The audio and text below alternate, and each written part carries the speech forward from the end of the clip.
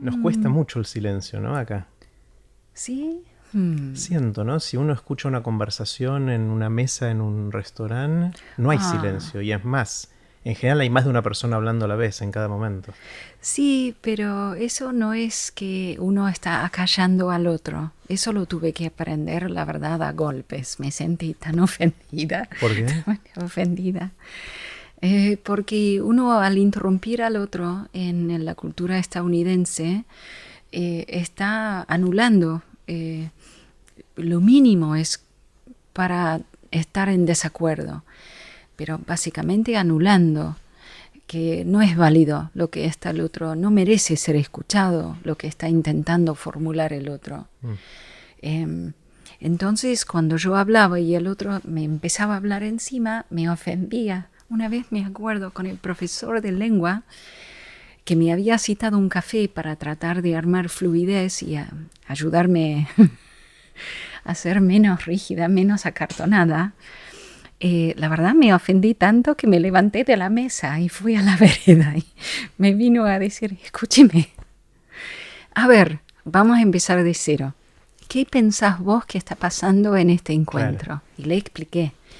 Y me dice, a ver, bueno, cortemos por hoy, pero vos que vas a un taller literario, sentate en la punta de la mesa de la cena posterior y observar, menos que escuchar. Observar visualmente qué está pasando en la dinámica entre las personas. Y tenía razón. Cada uno ayudaba a completar la idea, a agrandar la idea, a agregar fuerza al argumento. Por más que luego dijeran, pero la verdad es que a mí me parece que es más así. Eso es extremadamente japonés. Esa es una mentalidad colectivista, que uno está para y por el otro, que uno mismo esté fortalecido en el diálogo.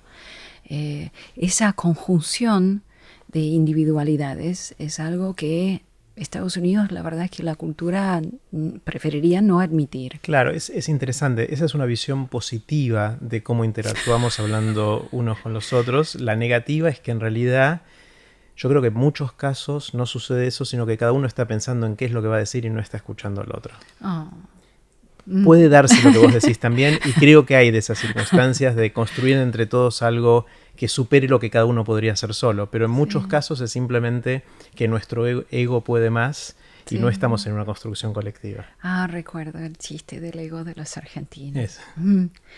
Pero también hay muchos silencios que se comparten o muchas mm, esperas que se comparten. Es de las cosas que más vivimos, sorprende a los estudiantes donde trabajo, que son todos extranjeros y vienen aquí a corto plazo, pero traen cosas muy sorpresivas. En general, muchas veces él o la persona del lado argentino, cuando escucha que el extranjero tiene que ir al médico, dice, te acompaño. Cosa más aberrante estadounidense, no va a jamás decir sucedería en Estados jamás. Unidos eso, Y hay claro. muchas razones, por razones de la salud propia, por ejemplo, Claro, para no perder tiempo, que es clave en en Estados Estados Unidos. Unidos. Y la persona argentina va a acompañar y va a ser una espera larga en el consultorio, la sala de espera.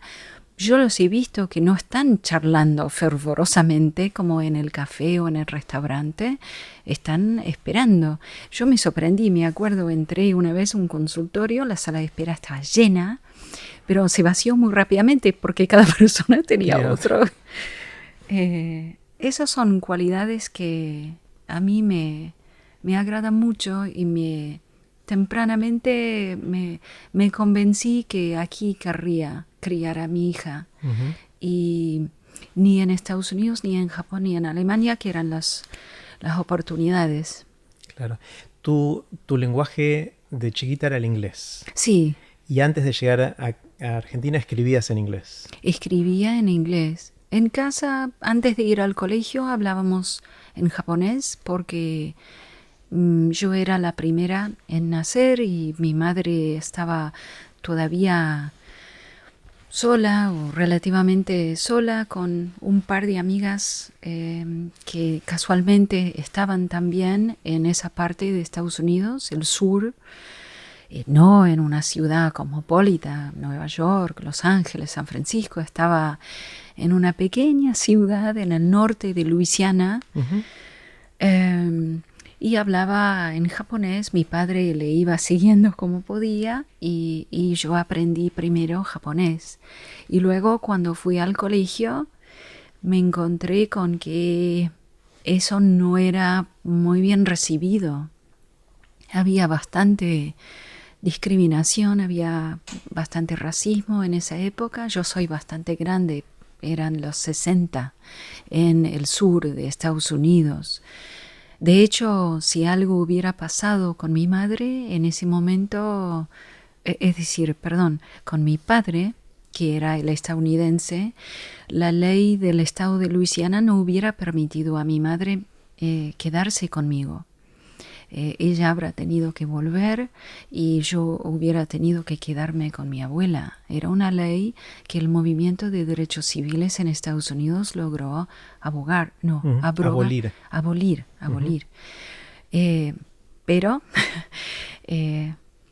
todavía es asombroso pensar que en la vida de uno que todavía sigue activo, eso podría haber sucedido por cuestión de raza en ese país.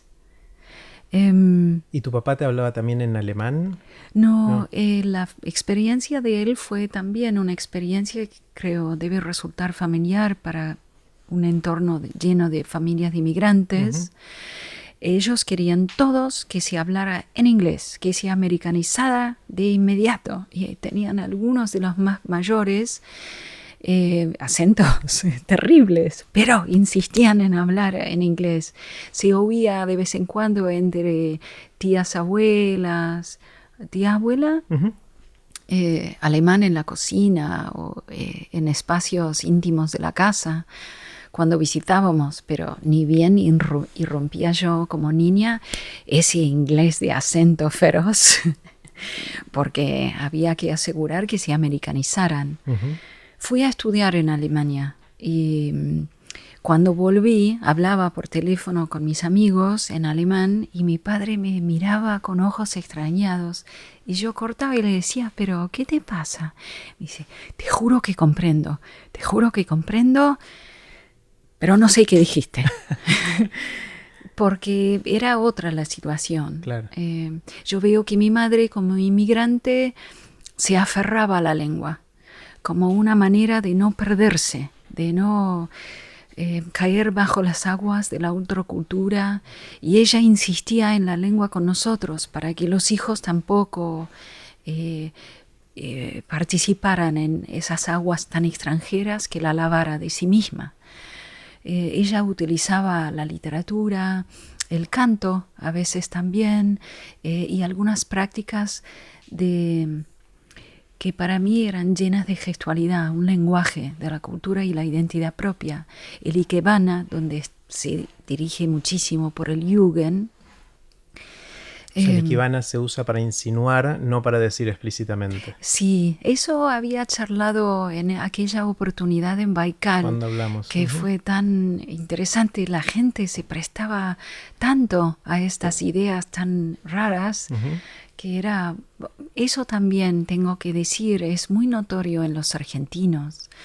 He dado charlas, alguna que otra clase o módulo de una materia acerca de cuestiones culturales de Japón, pero la curiosidad, el afán, las ganas de incorporar quizás o al menos encontrarse con esos códigos que tienen los argentinos, para mí es realmente a destacar. Claro.